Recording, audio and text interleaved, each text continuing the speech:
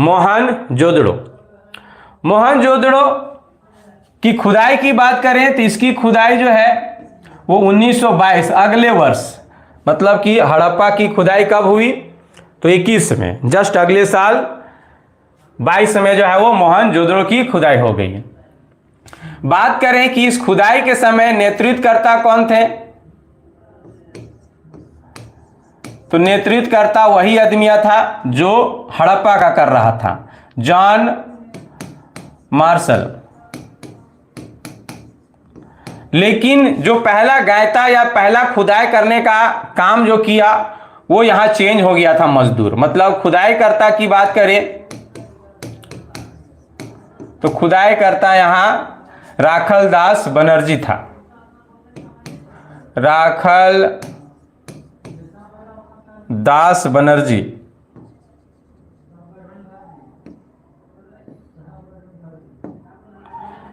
राखल दास बनर्जी, उसमें दयाराम साहनी था, इसमें राखल दास बनर्जी है। नदी की बात करें कि किस नदी के बगल में थी, तो ये सिंधु नदी के ही बगल में थी। देखिए, हालांकि इस सभ्यता का नाम सिंधु घाटी सभ्यता पड़ा है, लेकिन ऐसा नहीं कि केवल सारे शहर जो वो सिंधु नदी के बगल में थे। इससे पहले का शहर हम लोग हड़प्पा देखे वो रावी नदी के बगल में थे। तो देखिए, ये सिंधु नदी और सिंधु नदी के सहायक नदियों के अगल बगल में भी जो शहर बसे हुए थे वो सिंधु नदी के अंडर में ही काउंट किया गया है। तो ये चीजें आपको याद रखना है। ऐसा नहीं है कि सिंधु सभ्यता नाम है तो सारा शहर सिंधु नदी के बगल में होगा, नहीं होगा। तो ये किस नदी के बगल में था, तो ये सिंधु नदी के बगल में था। इससे पहले वाला रावी नदी के बगल में था, जिसे परुसनी कहा जाता था। यहां तक किसी को कोई दिक्कत नहीं। मोहनजोदड़ो जो यहां नाम पड़ा है इसका मीनिंग होता है, अर्थ होता है। तो मोहनजोदड़ो का अर्थ है मृतकों का टीला।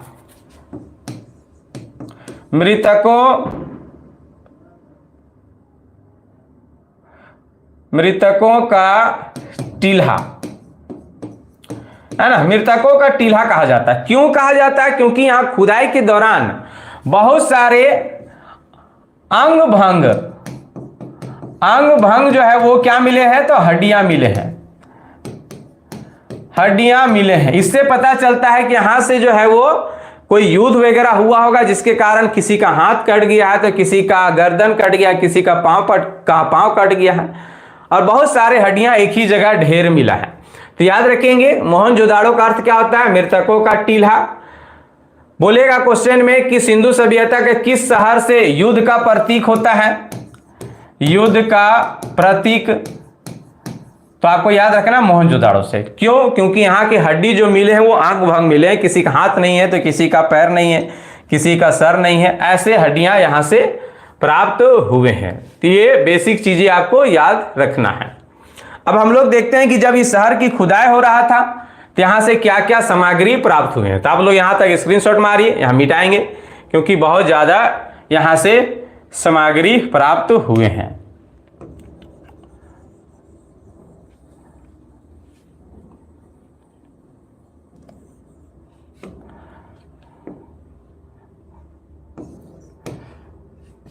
तो आप लोग हेडिंग डाल लेंगे प्राप्त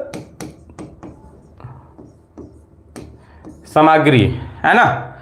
तो प्राप्त सामग्री जो थे, सबसे पहला तो आपको याद रखना है कि सिंधु सभ्यता का सबसे विकसित शहर की बात करें तो शहर जो था वो मोहनजोदड़ो था। तो यहां से आमतौर पे जो घर मिले हैं वो घर पुरोहित थे, है ना, पुरोहित आवास मिले हैं। पुरोहित मतलब आमतौर पे यहां पर ही ब्राह्मण का घर मिला है, मतलब पर पंडित का घर मिला है, पुरोहित। अब पुरोहित किसे कहते हैं तो सिंपल से याद रखना, अभी के डेट में पर पंडित के घरों को जो है वो ब्राह्मण, है ना, उसे पुरोहित घर कहा जाता था, पुरोहित आवास। तो पुरोहित आवास का साक्ष्य कहां से मिला है, तो मोहनजोदड़ो से। मतलब यहां आमतौर पे पुजारियों का घर ज्यादा मिला हुआ है। अब पुजारी का घर मिला हुआ तो अब इसलिए इन लोग स्नान वगैरह डेली करते हैं, क्योंकि पर पंडित भले खाना खाएगा नहीं चाहे नहाएगा जरूर, तो यहां से क्या मिला है, तो स्नानागार, स्नानागार। लेकिन यहां का स्नानागार जो है सिंधु सभ्यता का जितने भी स्थान से स्नानागार पाया गया, सबसे बड़ा स्नानागार जो था वो कौन है, तो मोहनजोदड़ो का स्नानागार है। स्नानागार मतलब जैसे स्नानागार बोलेंगे समझना तालाब वगैरह, पोखर वगैरह। यहां का स्नानागार जो था वो ईंट का बना हुआ था, है ना। अब ईंट का बना हुआ मतलब कि यहां से हम स्नानागार, देखो यहां का स्नानागार ये ईंट का बना हुआ, ये दिख रहा है ना, ईंट का बना हुआ। देखो इससे पहले भी हम बताए थे कि हड़प्पा में भी स्नानागार पाया गया, लेकिन वो ईंट का नहीं बना हुआ था, इसलिए यहां मिट्टी क्या होते गए, तो मिट्टी भरते गया, धीरे धीरे एक समय ऐसा आया गया कि ये पूरा तालाब भर गया मिट्टी से। हालांकि यहां अनुमान लगाया गया कि यहां कोई तालाब होगा, क्योंकि यहां की मिट्टी जो थी थोड़ी कमजोर थी, लेकिन ये नहीं पता कर पाया कि इसकी लंबाई कितनी होगी, चौड़ाई कितनी होगी और गहराई कितनी होगी। लेकिन यही ईंट का जब बना हुआ था तो भले इसमें मिट्टी आके भर गई, लेकिन जब इसकी खुदाई होते गया तो यहां के मिट्टी को हटाते गया तो पता चला कि इसके चारों ओर जो है वो ईंट से जो है वो बना हुआ था, और इसके कारण यहां से पता चल गया कि इसकी लंबाई कितनी है ना, लंबाई कितनी है, चौड़ाई कितनी है और गहराई कितनी है। तो यहां के स्नानागार की अगर लंबाई की बात करें, लंबाई की तो 11.88 मीटर लंबा थी। चौड़ाई की बात करें, चौड़ाई की तो यहां की स्नानागार 7.01 मीटर चौड़ाई थी। और गहराई की बात करें तो गहराई जो थी वो 2.43 मीटर थी। तो ये चीजें आपको याद रखना है। इससे पहले जो हम लोग हड़प्पा देखे तो हड़प्पा में स्नानागार को देखे थे, और स्नानागार की लंबाई और चौड़ाई देखे थे, मतलब किसी घर का लंबाई और चौड़ाई होता है, तो लंबाई उसमें बताए थे आप लोग का कितना, तो 15.23 मीटर, और चौड़ाई कितना बताए थे, तो 6.09 मीटर बताए थे, है ना। जबकि यहां स्नानागार की लंबाई भी है, चौड़ाई भी और गहराई भी है, समझ ना। तो लंबाई 11.88, चौड़ाई 7.01 मीटर, और गहराई की बात करें तो 2.43 मीटर। तो ये चीजें आपको याद रखना है। चलिए अगला हम लोग देखते हैं। यहां से दो चीजें हम लोग देख लिए, आप लोग स्क्रीनशॉट लेते चलेंगे क्योंकि हम यहां मिटाते भी चलेंगे। तो यहां से दो चीजें देख लिए, पुरोहित आवास, स्नानागार। अब आप लोग को याद रखना है कि स्नानागार तालाब वगैरह थे, तो ठंड के दिन में आप अनुमान कीजिए कि ठंड के दिन में आप तालाब में नहाने में जाने में थोड़ा सा अस्कत लगेगा। तो इन लोग थोड़े ज्यादा विकसित थे, तो घरों में इन लोग कुआं भी बनाए रखे थे। तो कुआं का साक्ष्य, तो बोलेगा कुआं का साक्ष्य कहां से मिला है, तो कुआं का साक्ष्य भी कहां से मिला है, तो मोहनजोदड़ो से ही मिला है। तो जिस अकॉर्डिंग आपको पढ़ा रहे हैं उसी अकॉर्डिंग याद रखेंगे तो ज्यादा समझ में आएगा। तो पहला पुरोहित आवास मतलब पंडित है, पंडित क्या किया, नहाया कहां पर ही, तालाब में। ठंडा के दिन में तालाब नहीं नहाने गया, कहां गया, तो कुआं में। अब पंडित है, डेली नहाया, और क्या पहनेगा, धोती। धोती किससे बनता है, तो आपको याद रखना है कपास। तो कपास का साक्ष्य कहां से मिला है, तो कपास का साक्ष्य भी मोहनजोदड़ो से मिला है। तो सिंधु सभ्यता में सबसे पहले कपास उगाने का साक्ष्य मिला है। ये चीजें आपको याद रखना। देखिए सिंधु सभ्यता में कई फसल होते थे, लेकिन सिंधु सभ्यता की अगर बात करें पूरे ओवरऑल, ऐसा नहीं कोई शहर का, पूरे ओवरऑल की बात करें तो सिंधु सभ्यता की मुख्य फसल की बात करें तो गेहूं और जौ थी, है ना, गेहूं और जौ थी। लेकिन भिन्न भिन्न शहरों में जो है कुछ एक्स्ट्रा भी मिला हुआ है। लगभग सभी शहरों में गेहूं और जौ मिला है, लेकिन मोहनजोदड़ो से कपास का साक्ष्य मिला है। तो कपास ऐसे याद रखेंगे, नहाया, धोती पहना, धोती क्या चीज बनता है, तो कपास से, है ना। तो कपास ऐसे आपको याद रखना है। अब याद रखेंगे कि यूनानियों ने, मतलब यूरोप वाले, यूनानियों जो है, यूनानी के लोग जो थे, मतलब यूनान के जो लोग हुआ करते थे, सिंधु सभ्यता के लोगों को सिंडन या फुलोनो कह के बुलाते थे, और खास करके उन व्यक्तियों को बुलाते थे जो लोग कपास का खेती करते थे। तो कई बार ये क्वेश्चन बोलता है कि यूनान के लोगों ने सिंधु वासियों को किस नाम से पुकारते थे, तो सिंडन या फ्लोनो आपको याद रखना है। तो कैसे याद करना है कि पंडित है, नहा लिया, कहाँ नहाया, तो स्नानागार में, स्नानागार में नहीं नहाएगा तो कहाँ नहाएगा, कुआं में नहाया, फिर धोती पहन लिया। अब क्या करेगा, पूजा पाठ करेगा। तो पूजा पाठ किसे करता था, तो पशुपति शिव को करता था, है ना, पशुपति शिव, है ना, पशुपति शिव को पूजा करता था। अब कैसे पता चला कि पशुपति शिव का पूजा करता था, तो मोहनजोदड़ो से एक मूर्त मिला है, जो आप लोग इस फिगर में देख रहे होंगे। स्क्रीनशॉट ले लीजिए, इसको मिटाएंगे।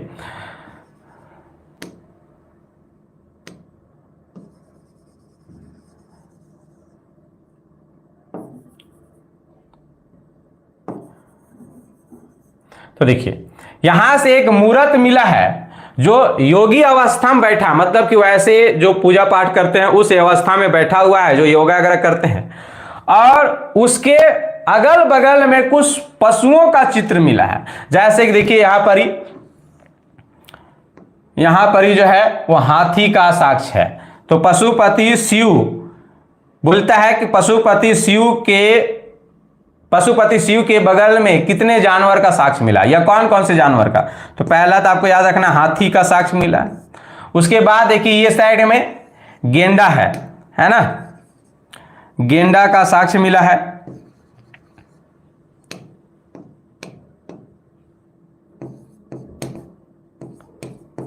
गेंडा का साक्ष्य, उसके बगल में नीचे यहां भैंस है, तो भैंस हो गया, है ना। उसके बगल में देखिए इस साइड में बाघ है, तो बाघ हो गया। और नीचे जो है यहां दो ठो हिरन है ना, दो, एक तो टूट गया है, टूटा हुआ है, लेकिन यहां बगल में दो ठो हिरन है ना। तो दो क्या है, तो हिरन है। तो कई बार ये क्वेश्चन को पूछता है कि मोहनजोदड़ो से प्राप्त पशुपति शिव के मूर्त में कौन से जानवर का साक्ष्य नहीं मिला है। तो आपको इनमें से कोई ऑप्शन रहेगा, इनमें से मतलब कि हाथी रहेगा, गेंडा रहेगा, भैंस रहेगा, बाघ, और इनमें से यहां में से जो है उनके अलावा कोई एक ऑप्शन में रहेगा। जैसे कि गाय दे दिया, तो गाय को मार के आना, क्योंकि गाय यहां नहीं मिला है ना। तो पशुपति शिव में कौन कौन से जानवर का साक्ष्य मिला है, तो हाथी, गेंडा, भैंस, बाघ और दो ठो हिरन मिला है। और किधर किधर है ये भी याद रख लेना है।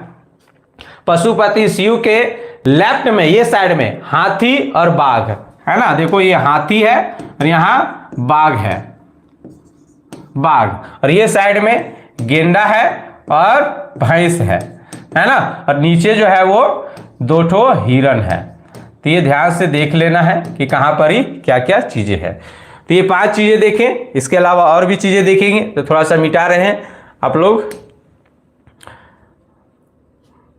स्क्रीनशॉट ले लेंगे।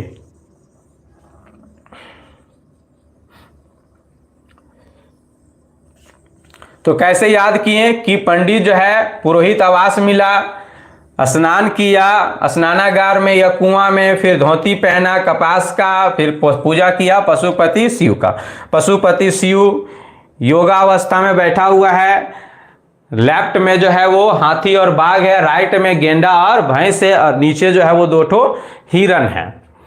अब इसने पूजा पाठ कर लिया। अब आप लोग देखते होंगे पूजा पाठ करने का, अभी हम लोग देखते होंगे अभी के वर्तमान से तुलना करके हिस्ट्री पढ़िएगा तो ज्यादा समझ में आएगा। तो वर्तमान में क्या होता है कि कोई भी चीज हम लोग पूजा पाठ करने के बाद देखिएगा कि एक प्रोग्राम करवा देते हैं, डांस प्रोग्राम या ये फलना ढकना। तो उस समय भी ये लोग मनोरंजन करते थे। तो पूजा पाठ करने के बाद आप ऐसे याद रखेंगे, पशुपति शिव का पूजा किया, उसके बाद इन लोग क्या किया, तो डांसर मंगाया, है ना। तो अगला छठा चीज आपको याद रखना है कि नर्तकी का मूर्त मिला है ना, डांसर डांसर का एक मूर्त मिला है, मूर्ति है ना, डांसर का एक मूर्ति मिला है। और ये मूर्ति किस चीज की बनी हुई है? तो कांसा का बना हुआ है ना, कांसा निर्मित है। तो नर्तकी का, कांसे निर्मित नर्तकी का साक्ष्य कहां से मिला है? तो आपको याद रखना है मोहनजोदड़ो से मिला है। तो याद रखेंगे, पूजा किया, पूजा करने के बाद थोड़ा सा डांस प्रोग्राम हुआ, तो आपको याद रखना है डांसर का मूर्ति मिला, नर्तकी का मूर्त, क्या चीज बना हुआ है? कांसा का। उसके बाद पूजा पाठ होने के बाद पर पंडित क्या करता है जी? सारा दान दक्षिणा लेकर वहां जितना भी फल फूल चढ़ल है, अनाज उनाज, सब बोरिया बिस्तरा बांध के ले जाता है। तो उसी तरह ये पूरा जो पूजा पाठ हुआ, डांस हुआ, उसमें जितने भी प्रोग्राम में जो भी सामग्री जमा हुआ, सब सामग्री को उठाया पुरोहित और उठा के लेके घर चला गया। और ये कहां रखता था? तो अन्नागार में। कहां रखते हैं? तो अन्नागार में, है ना, अन्नागार। और ऑब्वियसली आजकल भी देख लीजिएगा कि अगर एक किसान का खेती कर रहा है तो देखिएगा जितना किसान के घर में अनाज नहीं होगा उससे ज्यादा उसके पुरोहित के घर में होगा, समझे ना।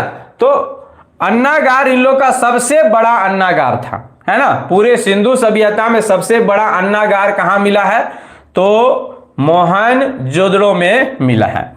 यहां का अन्नागार की अगर लंबाई की बात करें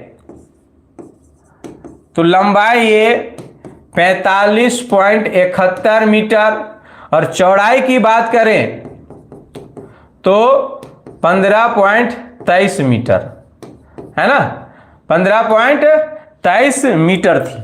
जो कि यही अगर हम लोग देख रहे थे हड़प्पा में, हड़प्पा का अन्नागार, तो हड़प्पा का अन्नागार कितना था? 15.23 मीटर इसकी लंबाई थी। जो इसकी यहां लंबाई थी, यहां इसकी चौड़ाई है ना। ये चीजें आपको याद रखना है। तो सबसे बड़ा अन्नागार कहां पे पाया गया है? तो मोहनजोदड़ो में पाया गया है ना। सबसे लंबी और चौड़ी चौड़ी सड़कें भी कहां पाए गए हैं? तो मोहनजोदड़ो में ही पाया गया है। तो इंपॉर्टेंट जो चीजें थे यहां से वो हम आप लोग को बता दिए,